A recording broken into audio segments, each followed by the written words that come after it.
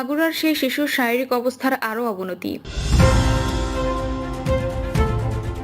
হাত উঁচিয়ে যাতে সরকার বিরোধী বক্তব্য না দিতে পারে সেজন্যই হাত করা। টাকা ভাগাভাগি নিয়ে বিএনপি দুপক্ষের সংঘর্ষ। শাপলা চত্বরে গণহত্যা, হাসিনা ইমরান সহ 9 জনের বিরুদ্ধে পরোয়ানা। এবং সর্বশেষ জানাবো রাজশাহী বিএনপির ইফতার মাহফিলে 2 গ্রুপের সংঘর্ষ, আহত 1 জনের মৃত্যু। শুনছিলেন সংবাদ শিরোনাম, এবারে বিস্তারিত। মাগুরার সেই শিশুর শারীরিক অবস্থার আরও অবনতি। মাগুরায় ধর্ষণের শিকার শিশুটি বর্তমানে ঢাকা সম্মিলিত সামরিক হাসপাতালে আইসিইউতে লাইফ সাপোর্টে আছে, তবে তার শারীরিক অবস্থা আরও অবনতির দিকে। প্রেস সচিব জানান, শিশুটির শারীরিক অবস্থা আরও খারাপের দিকে গেছে। তার সিজিএস লেভেল 4 থেকে কমে 3 এসেছে, আর ব্রেন স্টেমও আগের থেকে কমেছে। তবে সিএমএইচ এর ডাক্তাররা আপ্রাণ চেষ্টা করছেন। আমরা সবাই মিলে দোয়া করি সেজন্য দ্রুত সুস্থ হয়ে ওঠে। সবার কাছে তার জন্য দোয়া চাই। গত 10 মার্চ রাতে গণমাধ্যমে পাঠানো এক সংবাদ বিজ্ঞপ্তিতে আন্তঃবাহিনী জনসংযোগ পরিদপ্তর জানায়, ঢাকা মেডিকেল কলেজ হাসপাতালে সংকটাপন্ন অবস্থায় থাকাকালে গত 8 মার্চ সন্ধ্যা 6টায় শিশুটিকে সিএমএইচ এর আইসিইউতে লাইফ সাপোর্টে ভর্তি করা হয়।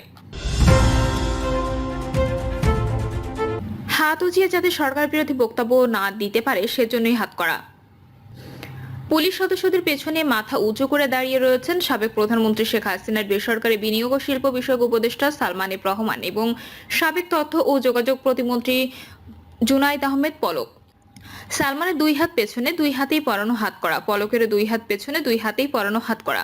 গত 5ই আগস্টের পর আনিসুল সালমান সহ সাবেক অন্য মন্ত্রী, প্রতিমন্ত্রী, উপদেষ্টা সচিব, মেয়রদের এক হাতে হাত করা পরিয়ে আদালতে তোলা হতো। তবে গত 2 সপ্তাহ ধরে আনিসুল সালমান সহ বেশ কয়েকজনকে 2 হাত পেছনে দিয়ে হাত করা পরিয়ে হাজতখানা থেকে আদালতে তোলা হয়েছে।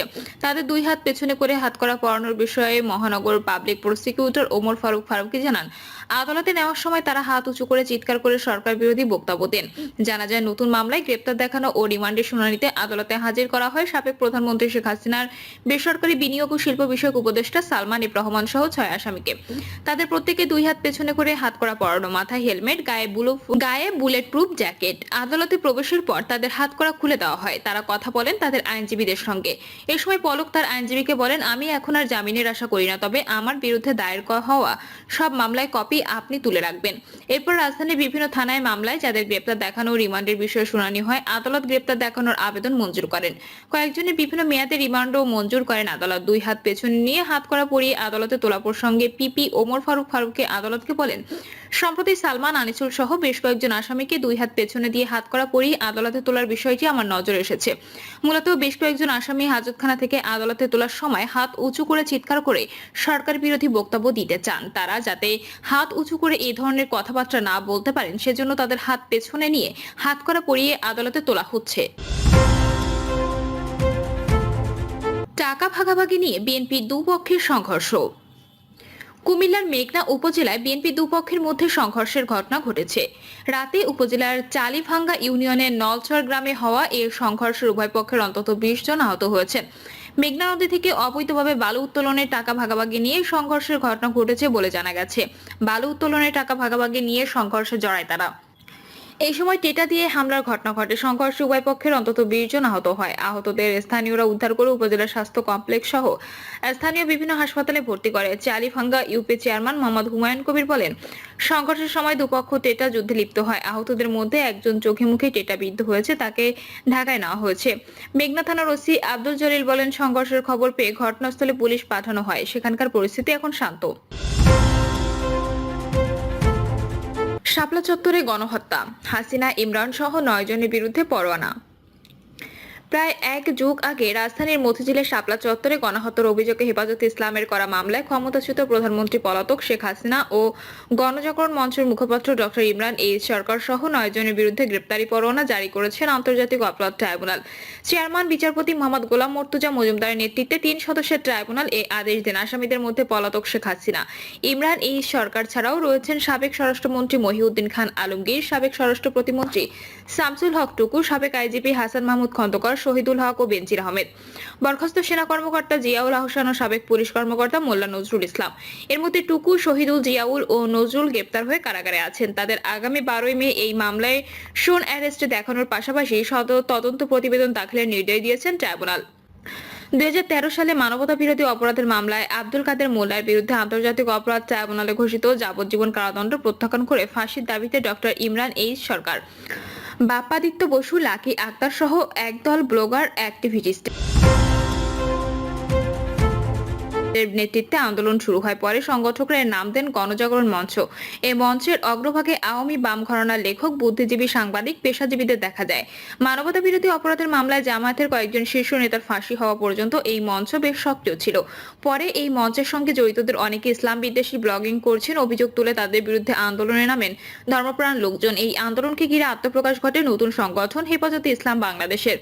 ইসলামের বিরুদ্ধে বিদ্বেষ ছড়ানোর প্রতিবাদ জানাতে 2013 সালে 5 মে মতিঝিলের শাপলা চত্বরে হেফাজতে ইসলাম সমাবেশ ডাকে। পরে তারা সেখানে অবস্থান ঘোষণা দেয়। রাতে তাদের সেখান থেকে সরাতে সাঁড়াশি অভিযান চালায় পুলিশ, র্যাব, ডিবি সহ নিরাপত্তা বাহিনী। ওই রাতে নৃশংস অভিযানে বহু লোককে হত্যার অভিযোগ করে হেফাজত। মানবাধিকার সংগঠন অধিকারের ভাষ্যমতে 61 জন লোক সেদিন মারা যায়। যদিও সেই প্রতিবেদনের কারণে অধিকার সম্পাদক আদিলুর রহমান খানকে 2 বছরের কারাদণ্ড দেন সাইবার ট্রাইব্যুনাল। সম্প্রতি প্রধান উপদেষ্টা অধ্যাপক ডক্টর মোহাম্মদ ইউনূস বাংলাদেশের জাতিসংঘের আবাসিক সমন্বয়ক গোয়েন লুইসের সঙ্গে সাক্ষাৎকালে শাপলা চত্বরে চালানো ক্র্যাক ডাউন সহ বিগত সরকারের শাসনামলের বিচার বহির্ভূত সব হত্যাকাণ্ড নথিভুক্ত করতে জাতিসংঘকে অনুরোধ জানান। রাজশাহী বিএনপির ইফতার মাহফিলে 2 গ্রুপের সংঘর্ষ, আহত একজনের মৃত্যু। রাজশাহীর তানোরে বিএনপির ইফতার মাহফিলে 2 গ্রুপের সংঘর্ষের ঘটনায় আহত গানিউল ইসলাম মারা গেছেন। দুপুরে রাজশাহী মেডিকেল কলেজ হাসপাতালে আইসিইউতে চিকিৎসাধীন অবস্থায় তার মৃত্যু হয়। গানিউল ইসলাম তানোরের পাচন্দর ইউনিয়নের বাসিন্দা। খোঁজ নিয়ে জানা গেছে, মঙ্গলবার বিকেলে ইফতার মাহফিলের পূর্বে কৃষ্ণপুর মোড়ে পাচন্দর ইউনিয়ন বিএনপির সভাপতি প্রভাষক মুজিবুর রহমান এবং উপজেলা যুবদলের আহ্বায়ক গোলাম মর্তুজাদের অনুসারীদের সঙ্গে এই ইউনিয়নের সাবেক সভাপতি মমিন গ্রুপের হাতাহাতির ঘটনা ঘটে। মাহফিল শুরুর দিকে পাচন্দর ইউনিয়ন বিএনপির সভাপতি প্রভাষক মুজিবুর রহমান ও সাবেক সভাপতি আব্দুল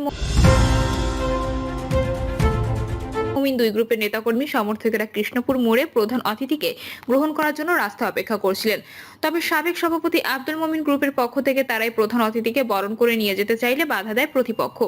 এতে ক্ষিপ্ত হয়ে ইউনিয়ন বিএনপির সাবেক সভাপতি আব্দুল মুমিন ও তার বড় ভাই গানিউল ইসলাম ও তাদের অনুসারী নেতাকর্মীরা বর্তমান ইউনিয়ন বিএনপির সভাপতি প্রভাষক মুজিবুর রহমান ও উপজেলা যুবদলের আহ্বায়ক গোলাম মর্তুজার ওপর হামলা চালায়। খবরটি ছড়িয়ে পড়লে প্রভাষক মুজিবুর রহমানের অনুসারীরা হামলা চালায়। এতে গানিউল গুরুতর আহত হয়ে তাকে রাজশাহী মেডিকেল কলেজ হাসপাতালে নেওয়া হয়।